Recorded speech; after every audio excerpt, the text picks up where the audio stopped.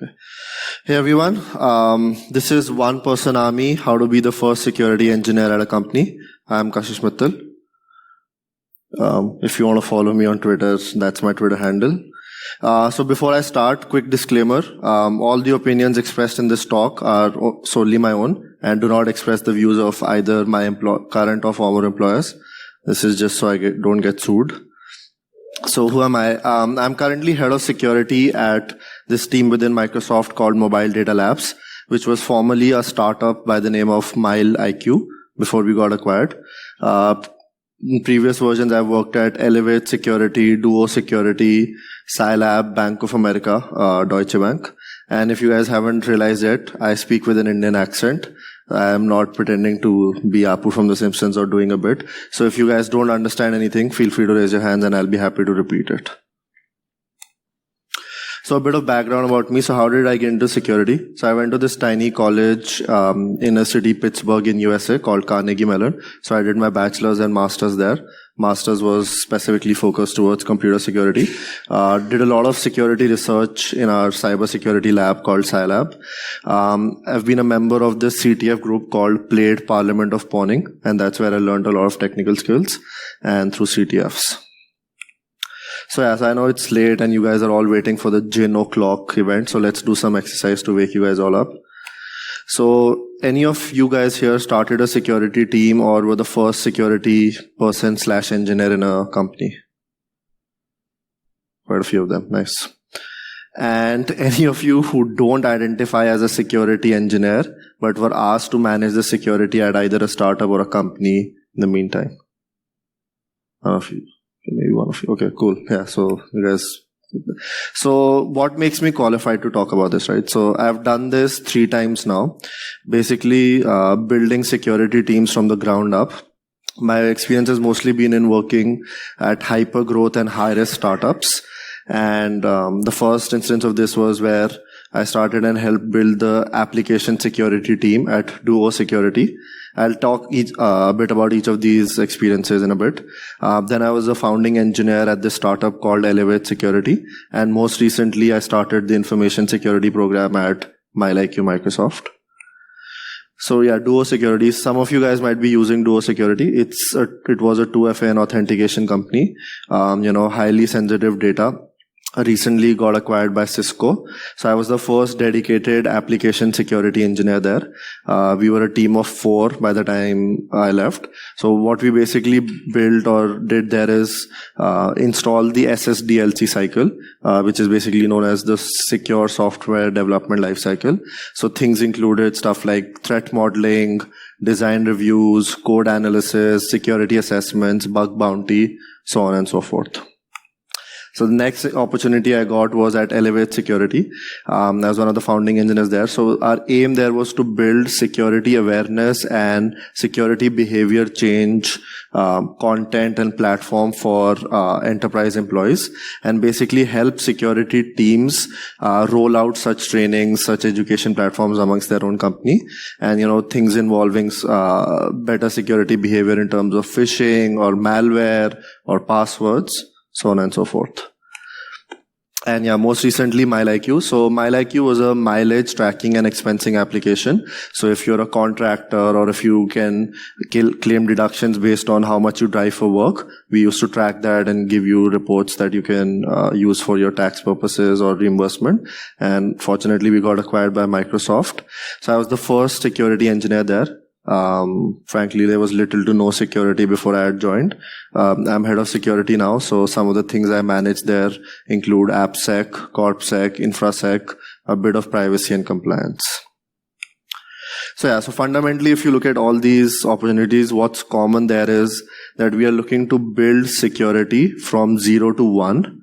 Right? Or in the computer science sense, 0 to 1. But if you think about these 2 numbers mathematically, there's an infinity of possibilities within them. So that's where the journey of a security engineer, who's the first security engineer, basically lies. And my objective here is to share some key learnings from these experiences that I've had, so you guys can use that and leverage that in other such opportunities that you guys get. So what is the ideology? So the ideology is borrowed from this military term called one-man army, which according to Wikipedia, is defined in the following way, right? So I want you guys to pay focus on the bolded items there. So a heavily armed and well-trained combatant able to face numerous enemies alone, right? So the idea here is heavily armed is in, like, you have all the weapons and defenses that you need. Well-trained because you need to employ your skills, your tactics, your procedures. And numerous enemies alone, because the idea being when you're a team of one or when you're the first security engineer, there's a lot of threats that you have to manage on your own. So that's where the idea is borrowed from.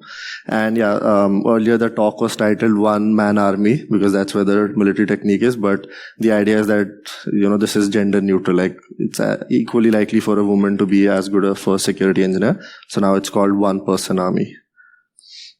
So how do you go about doing this, right? So first things first, like when you first accept the job, what are the things that you can do?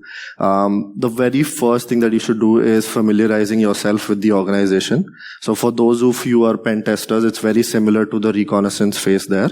So, looking at decision making, looking at who are the stakeholders, what kind of pace can you impact changes with. The other thing is identifying yourself with the stack and the tools that the company operates with. So what kind of cloud platform are they using? Is it Azure? Is it AWS? Is it Google? What are the languages that the code is written at, right? Back-end and front-end code. What kind of databases are being used and where all the data is being stored. So identifying and learning about such stuff. And then the other thing is identifying some key associates who understand or value security that will be able to help you along your journey. So the idea is that if you're hired at some similar company, at least one person in the organization understood and valued security. That's why you were hired, or that's why you are in that position right now. So, identifying such people who will be your allies along your journey. The other point is making an impact early, right? So when you get hired, when you join the organization, show them the value of having a security engineer. Show them the delta between what they did not have earlier and what value you provide now that you're there in the organization. One of the things that we've used successfully is catching the low-hanging fruit. So what that means is, some 3 to 5 things that you can change in the first 90 days. They don't need to be radical, long-lasting projects that will require 6 months, because then you won't be able to show the immediate impact. But basic quick fixes that you can do, which actually show a big impact in reducing the threat factor or reducing the risk for the organization. So I'll share some examples. Hopefully you guys will be able to derive more understanding from that. So one of the organizations that I joined, they did not have any 2FA, two-factor authentication. They were using personal emails for corporate resources, and the password hygiene was horrible, to say the least. So the idea is that if you combine these things, a simple phishing email to one of the employees' personal emails could lead to compromise of all our customer data, or even, taking over their account, which has a bunch of these resources. So here the fixes were, relatively straightforward. So removing access through all personal emails, because now we have a corporate domain. We have access to emails or work emails from there, so allowing access only through that. Enforcing and mandating 2FA on at least all the sensitive resources, including access to customer data or access to production environments, so on and so forth. And finally, first explaining why, having secure passwords is important, and then facilitating that through a password manager or whatever you guys think is the best alternative there. We use password managers. So that's one such idea. The other case was we were hosting all our code on GitHub. So on GitHub, there's this feature where you can irrevocably delete all your organization data, including all the code. And, you can allow this access or access to this operation to a few select individuals. So in our org, unfortunately, that access was given to all the developers. And again, the issue was that nobody bothered to check with the GitHub settings. Nobody bothered to, see what access control needs to be implemented. So here it was a relatively simple fix, revoking access to everyone except the person who managed the GitHub account and the CTO, because this is not an operation that you guys will need to do often or frequently. So that was the case there. The last example I'd like to share is extracting all our customer data. So we are working in this organization. We dealt with PII. So PII is personally identifiable information. So things like your social security number, things like your exact location, things like your name and credit card. So anything that can be used to personally identify you, which is considered the most sensitive or the highest sensitivity of data that you want to protect. So the concern there was that all our data was being stored in this database behind this dashboard, which anyone had access to. And the access control policy or the access control method of that resource was so broken that anyone could add anyone else. So the idea is that, there are a bunch of personal emails that can use that access. At least those emails were employee owned, but any of them could get phished, get access to the portal, and then also add other emails to that portal. So again, in that case, it would lead to exfiltration of all our customer data, which I don't have to tell you guys, like for a startup, that's probably the worst thing that can happen in terms of security. If all your customer data, including the PII bits, gets exfiltrated and you get that dreaded email. So here it was a 2 or 3 layered procedure. So first, verifying that the emails that were actually on there, even though they were personal emails, they were only owned by our employees, and no actual external email was added on, and we don't have to do more incident response. The second part was, once those emails were truncated, implementing some sort of role-based access control. So who are people who need reader access to this or read access to this data source? Who are people that you want to make admins so they can add other people on there, and so on and so forth.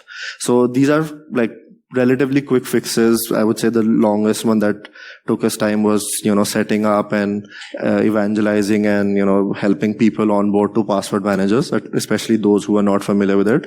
But still, any of them did not take more than 2 weeks' time. So these are some quick fixes that you guys can implement, which will, drastically reduce the risk or the threat that your organization faces. So then there's this technique which I call secure document repeat, right? So when you first join the organization, you'll find a lot of insecure stuff. So what do you do with it, right? So you obviously go about securing it, but that's not where your job ends. You should also document whatever you feel is the secure way of interacting with those resources, and you just keep doing this process over and over and over. So to give you an example, let's assume you guys have a bunch of VMs and subscriptions. I've taken Azure as an example. So there'll be cases where people have opened these VMs with ports that are not supposed to be visible, or, they've given access to interact with these VMs for people who don't need that. So you obviously secure down your current resources, but you also document what is the correct way to spin up a new subscription. What is the correct way of spinning up a new VM? What kind of logging and auditing controls you need to build there. And the idea there is that once you document these processes and evangelize them, you don't have to keep manually reviewing or fixing such resources for future deployments. And that's what we are trying to look at. Similarly, if you look at data storage, right? So you might want to publish a set of guidelines saying these are the data security guidelines that we care about, not just with the database that we are currently interacting, but any other database that you guys spin up in the future. This is for developers. You tell them that, I want you to follow this similar set of guidelines. And the idea here is, these 3 things that we want to focus on: efficiency, availability, and repeatability. So efficiency, because you don't want to keep spending your cycles again and again on the same thing. You'll be resource constrained, especially if you're a team of 1. Availability, so that if you're a security engineer and if you're off, or like you're taking time off, or you're at a conference presenting, whatever be the case, your developers still need to have access to all these resources so they can exhibit secure behavior. They should not have to wait for you to be able to do that. And the final thing is repeatability, right? Like this process is very repeatable. You can transfer it for like securing pretty much all different parts of your network and resources. So yeah. So I have an example. So these are our data storage guidelines. So we basically list out all, or at an abstract level, these are some of the controls we want developers and our database managers to build in. And, this again transfers across different kinds of database, whether it's SQL, whether it's Mongo, whatever kind of database that they're looking to build. So as you can see, it includes stuff like encryption at rest, encryption in transit, Some newer databases claim to have what is called encryption during use or encryption during runtime. Then things like role-based access control, IP whitelisting, which is basically whitelisting only a bunch of IPs that should be able to talk to this database. Having logging and auditing turned on, so if there's something that goes wrong, you guys can go ahead and check the logs and see what's going on. Storing the database credentials in a vault, rotating those credentials every X days, and then, providing authentication to that database through certain mechanisms. So we are behind Azure, so we recommend Azure Active Directory. So, similar guidelines that you guys want to publish. The next part, which I believe is the biggest part of this job or in such a journey, is education, evangelism, and communication. So the biggest thing that you'll have to do in this journey is basically educating yourself and others about security. The need for security, the value for it, what kind of input you can provide, what kind of things that you guys can go about securing. And it's not just about, doing something and then you think your job is done. Evangelizing what you did and what its impact is another really big factor. So at the start, there are definitely some employees who will not be the early adopters of technology or who will not be the early adopters of security processes that you guys roll out. So evangelizing impact of some of the work that you did earlier helps drive them to adopt security practices. For example, the first time you will enroll password managers, or the first time you guys will enroll 2FA, there's obviously some sort of extra effort that your employees have to do to log into that resource, which they did not have to do earlier. So this is to make sure that, they are also on board for any such future processes or outcomes that you guys want to roll out. And so communication is key. There's different techniques that we've used. There's no one technique that will work in all cases with all people. There's this classic shock and awe / fear technique, which is basically that you show them a live hacking demo, or you actually take over or compromise one of their resources and show them that this is what a hacker can do, or this is what security professionals, have resources to do. So if you guys don't take this seriously, this is what's going to happen. So that generally drives the motivation for them higher to, adopt some of the changes that you're talking about. In some cases, such a stick doesn't work, so you have to be more of a helping hand. Classic examples you include when PMs or engineering managers come up to you and say that we really need to push out this product in the next 2 weeks or the next 4 weeks, but we haven't had a chance to implement a lot of security, right? So can you help us out and review it and make sure we are covering at least the basics that we need to? So there you have to provide more of a flexible helping hand. And one other key information to understand is communication does not always mean telling everyone about it. So there has to be a silo between what information should be public and what information should be private, especially if you've discovered something that's, potentially can lead to an incident, or, you found out that something did not go well. So limiting that knowledge on a need to know basis is very important. So the next component is doing knowledge transfer. So you're the first security engineer. Presumably you'll have the most understanding and knowledge about security. So how can you transfer some of this knowledge to developers who are interested in writing secure code, or even non-technical people? So the idea here is that firstly, we don't want to alienate or leave out non-technical people. They are as much a part of securing your organization as technical developers. So some of the things that we've used are developer security workshops, which basically educate them about OWASP's top 10, how to write secure code. In our case, it was Python that they were writing, so how to write secure code in Python. And similarly, for non-technical employees, it was the security 101 training, which is basically how do you keep yourself safe at work and at home. So and one other presentation that we made, which is basically called Security is Not Complete Without You, emphasizing the need for developers and technical people to take part in the security process. One other thing I want to talk about is developer empathy, right? So you have to put yourself in their shoes. In most startups, it's very high intensity and there are strict deadlines to ship code, right, or ship features, and that's how a startup sustains. If there's no product, there's no company, there's nothing left to secure.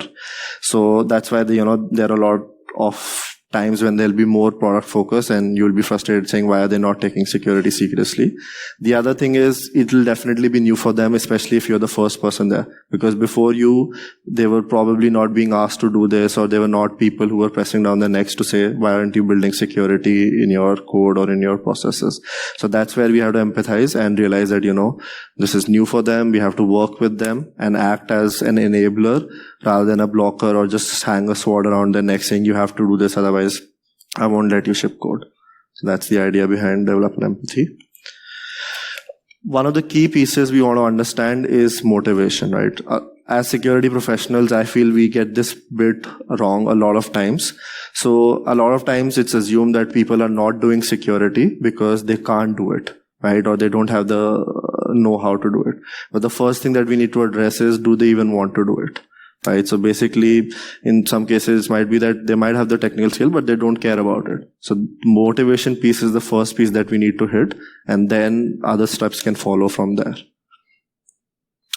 One of the things that I've used successfully to help me out in this journey is the Security Champs program, or Security Satellites program as it's called in some companies.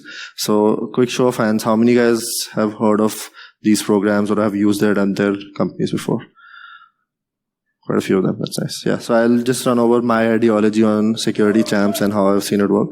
So basically the idea here is non-security dedicated employees help out with security stuff. When I say non-security dedicated, the idea is that I am a firm believer that security is everybody's job, right? So you can't really say that, okay, this person doesn't care about security or they don't have to care about security. As dedicated security employees, like security professionals like us who work in the security team. So it's other people from there. So whether it's your developers, whether it's your marketing folks, finance, legal, HR, any of the people in these divisions, when they are helping out with maintaining and upholding the security standards and security culture of your team. As I mentioned earlier, in some organizations, it's also called Security Ambassadors or Security Satellites program. And fundamentally, it's the security equivalent of the police asking you to be the eyes, or police asking the citizens of a state or a city to be its eyes and ears, right? So, I've seen boards around London and other places basically saying, if you see something, say something, or, if you find out something, call us and let us know. So it's the same principle there. And again, the key point I want to highlight is this is both for technical and non-technical employees. So don't forget your non-technical employees. How does it work? So you have basically roughly a squad of security champs, and you run multiple rotations through them.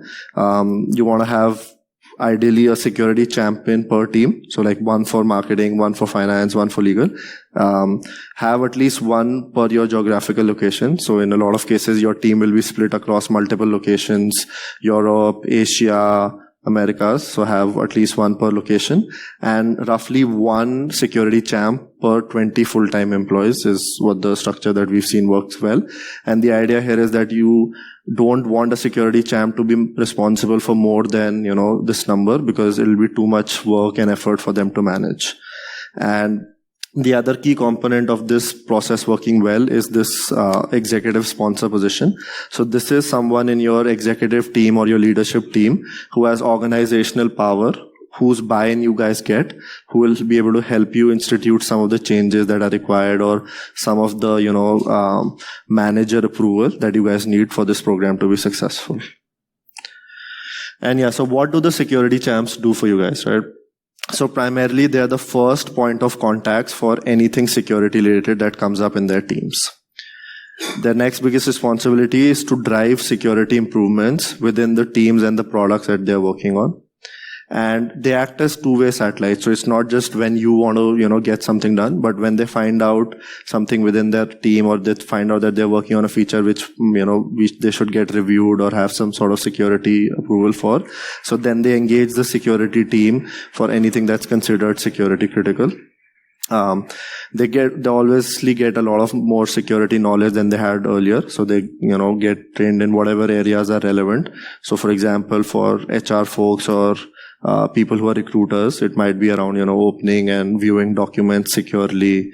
For people who are database administrators, it might be around how to, manage their databases properly. So whatever is functionally and, relevant, applicable to those people. And what we expect is that we want them to spend 10 to 20% of their time, contributing to security initiatives rather than their regular stuff. And this is where you need approval and buy-in from their managers, because you don't want to impose extra work on them, because that's not feasible, firstly, long term, and secondly, they might not be excited about doing more work for the org when they're already doing all their other work. So that's where you need to have a good working relationship with their managers, so they, approve all this time. And in some cases where you need a stickler, that's where the executive team sponsor position that we talked about earlier comes into the picture. And what do they get in return, right? So the first thing that you can offer to them is basically an enhanced security knowledge and awareness. Security is a booming field, we all know it, not just for security professionals, but even for people who work outside security. Having some sort of security knowledge will help them advance in their career. The biggest thing that we've seen them motivate people is recognition and appreciation from their managers, from leadership team, from their coworkers. So there's a number of ways that you guys can, manifest this. If you guys are on some sort of messaging platform, or like Slack or Teams, basically showing up a prompt there saying, thanks to X, Y, and Z for helping us out here. Or if you mention it to the manager and he or she calls it out in their next one-on-one, or if you want to have some sort of appreciation box, whatever, this is your time to be creative. But basically, this is one of the things that we've seen work really well. The other component is swag. So anything that you can build around security. Like we used to have 1337 t-shirts distributed to some of our security champs, or give them stickers saying, I help keep XYZ org secure. So these are other things that we've seen work. And free food during meetings. All the office employees, even though we have free food in our organization during every lunch and breakfast and dinner, but still, having cupcakes or donuts during meetings, that helps motivation a lot. And so what will this Security Champs program do for you, right? So the biggest thing is that it will help you establish a security mindset amongst non-security dedicated employees. So when you first join in, the security mindset is lower. You are building the security culture. So this will help you there. And it will enhance people's understanding and contribution to security. And that's the kind of security culture that you want. And basically it will help you scale security in the organization. When you're a small team, there's a lot of people. In startups, teams grow really fast. So you want to be able to have more eyes and ears out there, caring about security, looking for security things.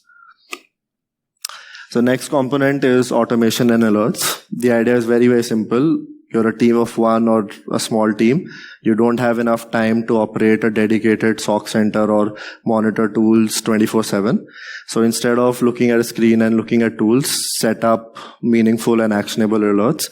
Again, here the key is meaningful and actionable. So set up alerts where you have some follow-up action to perform, and instead of looking at the screen or looking at 24/7 tools, have alerts inform and guide your responses. That will help you save a lot of time. So next component is build versus buy, right? So what things do you go about building versus what things you go or buy third-party tools or vendors from? So this is a place where you need to find the right balance.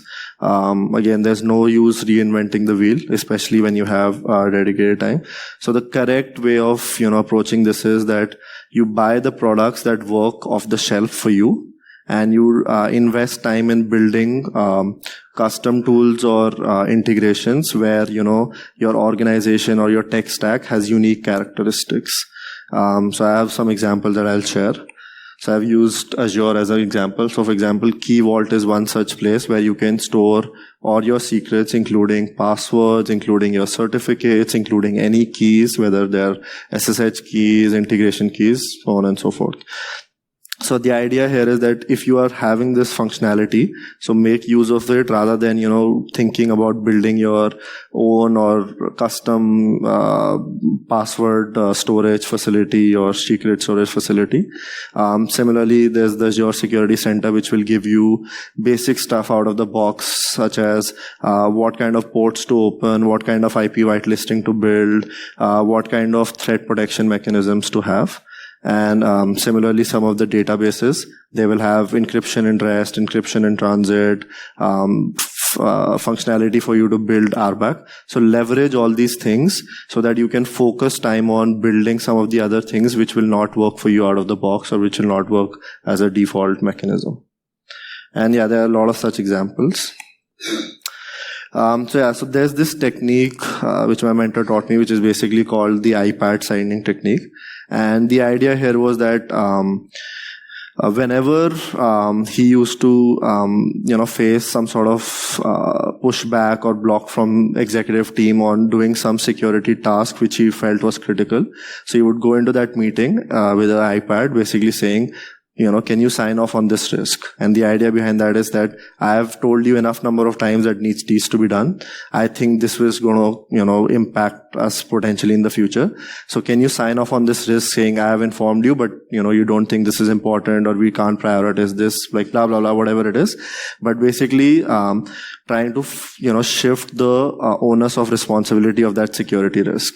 And the whole idea was that executives, especially in the leadership team, they don't want to be the person who's consuming that risk. So when you prompt this strategy, it at least makes them think twice and say that, okay, this must be serious because this guy has come up to me or this person has come up to me and said that, we need to get this done. Otherwise, you're ingesting this risk. And I've used this technique myself to get buy-in. It works really well. The concern here is that this is not a sword that you can hang around their heads multiple times, right? You have to be very careful about using this. If you use this, for every small little thing, then its impact will go away. But if you use this at critical points to basically say, I think this should be done. If you don't agree with me, tomorrow if it breaks, it's on your head, not mine. That works. The other point I want to talk about here is safeguarding yourself as InfoSec professionals. We've seen this happen, especially in a number of cases in America, where security professionals are let go of their jobs for standing up for what they believe is the correct thing in terms of security, whether it's not paying money to hackers, or hackers as in black hat hackers or basically criminals, or whether it be asking to disclose a breach of their customer data, things like that. So this is where I would recommend all of us to be careful and safeguard yourselves. Document whatever you are recommending, making sure you're highlighting it to the appropriate stakeholders, making sure it's not only known to one or a few people who can, misuse that information. And hopefully no such instance happens to any of us in this room. So we've talked a lot about the AppSec and ProdSec kind of initiatives. So what are some of the corporate security initiatives that you guys can take? So the number one factor of breaches, as we all know, is phishing. So what can you do to prevent that? 2FA was built for this, but we've seen with a lot of new attacks, 2FA is also compromisable. So we personally prefer to use these things called YubiKeys, which basically work on this protocol called FIDO, Fast Identity Online. So check them out. Basically reduces the chances of phishing or your employees getting compromised by a phishing attack significantly lower than even two-factor authentication. The other thing is passwords. So, a lot of times things get compromised because people are reusing the same passwords. So instilling this part in your employer saying, why do you need to have good password hygiene? What compromise or what constitutes a strong password? And then you need to also provide them tools to be able to do that. So we rely heavily on password managers. And in case of production secrets, I told you about the Key Vault. So that's the idea there. Malware execution. So, not running untrusted executables, not double clicking on every file that they download. And the last element is data access control. So, providing this functionality to say who needs to know what, and providing access on a need to know basis rather than a blanket white or a blanket black policy which gives access to everything. So the last component I want to talk about is security training and awareness. So we did talk about how to, interact with developers, but how do you raise the method and motivation for your employees across the board? So one thing that we've seen is that the LMS based training where, they're looking at videos and answering multiple choice questions, or you give them a corpus of 20-page long text, which is your InfoSec policy, and they have to answer questions based on that. That's not really great. So some of the key factors that we've realized, which I want to share with you. So firstly, training needs to be customized to have maximum return on investment. So it needs to be customized for two levels. So firstly, the functionality that they work in. So you don't need to teach, people in your finance team how to spin up a secure shell, because they're never going to have to do that for their job functionality. And the second point is, which needs to be customized, is the basic level of security knowledge that they're coming in with. So if you give them, if you teach them things that are way above the current security understanding, they will lose you really well. Or similarly, if you are teaching basics to a person that who already understands a good, decent bit about security, that will also, lose their interest. So you need to cater it to their current understanding of security. As I mentioned earlier, it's important for you to motivate your employees to care about security so that they want to do security and not really have to or be forced to do security.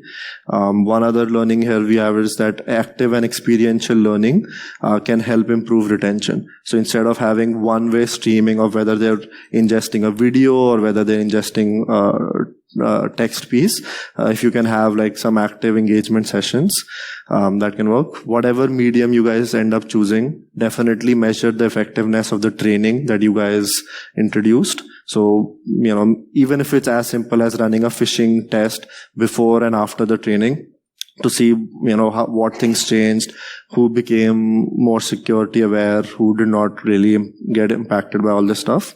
And so we are big proponents of CTFs. They're actually, I think, a CTF going outside. So if you guys are interested, that's one thing that you guys can use. So things to consider before you say yes to this job. Firstly and most important, alignment with the upper management, which is your leadership team, executive team. Understanding the motivation of the organization. Why are they hiring the first security engineer? Is it because they recently got breached? Is it because they want some compliance certifications? Is it because they are looking to get acquired and their potential investors are asking for a security breach? So understanding this. Then looking at what goals and targets you guys want to hit, right? So do they want to become ISO certified in the next 6 months? Did they get this GDPR hammer on their head and they now want to become compliant as soon as possible? Do they want to build a robust security program for the next 12 months? So on and so forth. And this will play around with your timeline and, help you decide what things to target and approach. The other component to work on is budget, both in terms of acquiring tools, getting new headcount, being able to go to conferences, so on and so forth. And one problem that we see, especially in the Bay Area or California from where I'm, the demand for security fairly outweighs its supply. So we have to be more creative in hiring people. So whether it's, outsourcing our security to other parts of US or even to regions like Europe and Asia, or hiring people as consultants when we can't get full-time employees. So being creative around that. And the last thing is basically, as some of you who've already been in this position will understand, this is not an all rosy situation. to be in. There are definitely tough days, there are definitely frustrating moments, especially in startups. There'll be cases where you'll be working on securing a feature or a new product for 3-6 months, and you'll find out that that feature isn't even going live. Or there'll be cases where, you bang your head against the wall so much to say that, I want this thing done, but it's still not provided to you. My recommendation is, as long as you remember that goal and follow by it, you'll be fine. Which is basically to say that you have to secure the organization to the best of your abilities and the resources provided to you. And as long as you can keep, making progress towards that goal, it'll all be good in the end. Any questions?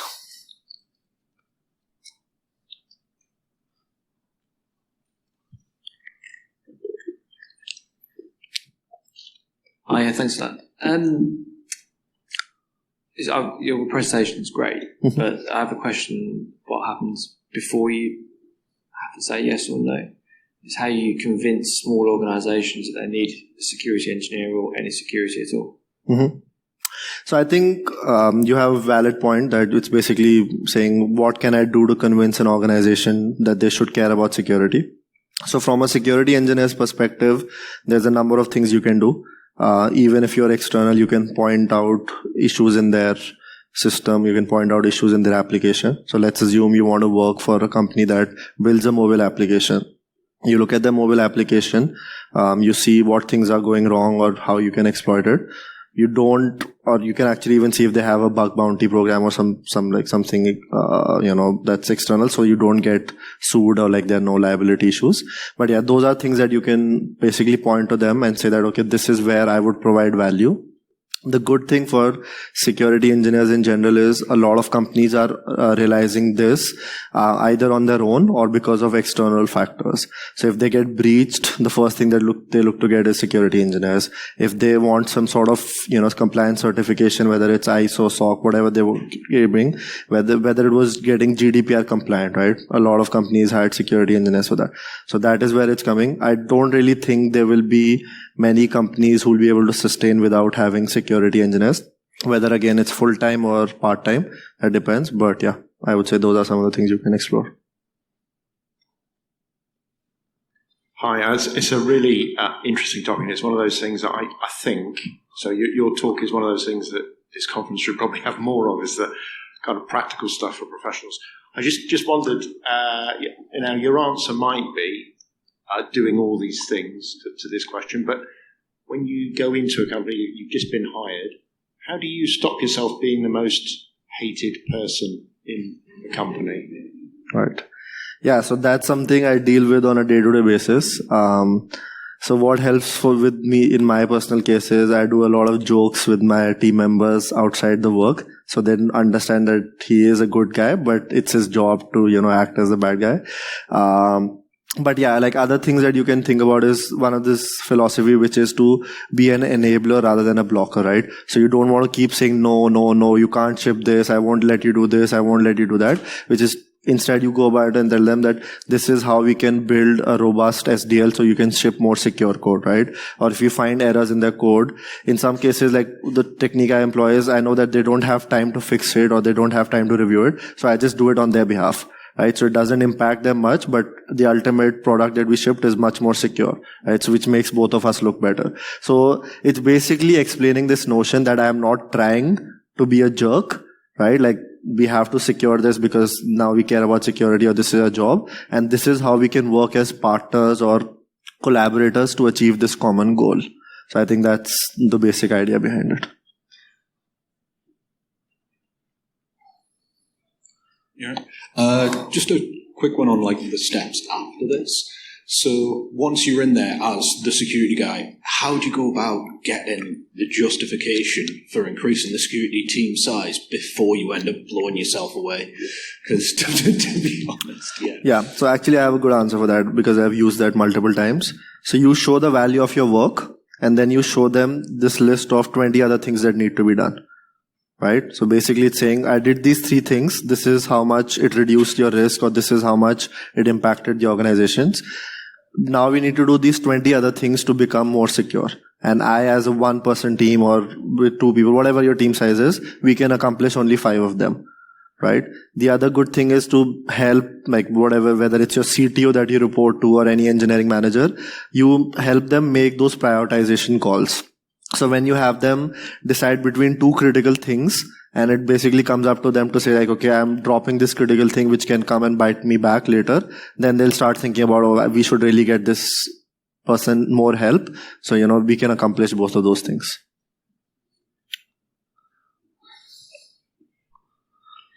You mentioned about measuring the effects of training. Do you have any recommendations specifically around training on application security? Because for fish, I can see that running a simulation can give you some good data. Sure. But it's like other practices that are way harder to observe and measure. Right. So one of the metric that you might want to care about is the escape rate of the bugs, which basically means how many bugs are identified at what level in the SDL, whether it's during the architecture phase, whether it's during the internal review, whether it's when they've already gotten live into production and it's reported externally, and what is your time to fix those bugs, right? So these are some of the metrics that you can use. The whole idea behind metrics is to show to yourself and to the your leadership team that this thing is working. Right? Because you might get thousands of vulnerabilities or you might get so many attacks. So how do you show a value that, what I'm doing is working, and also what you can convince yourself to do more and less of. So that's the idea for CorpSec stuff I mentioned, phishing campaigns or security awareness test work. For AppSec work, it can be, identifying bugs. Another thing you guys can try is a bug bash day. Right, where a bunch of developers sit for half a day, try to nail out security bugs and see, how many things you guys can find and identify. So, it's good. Yeah. Cool. Thanks, guys.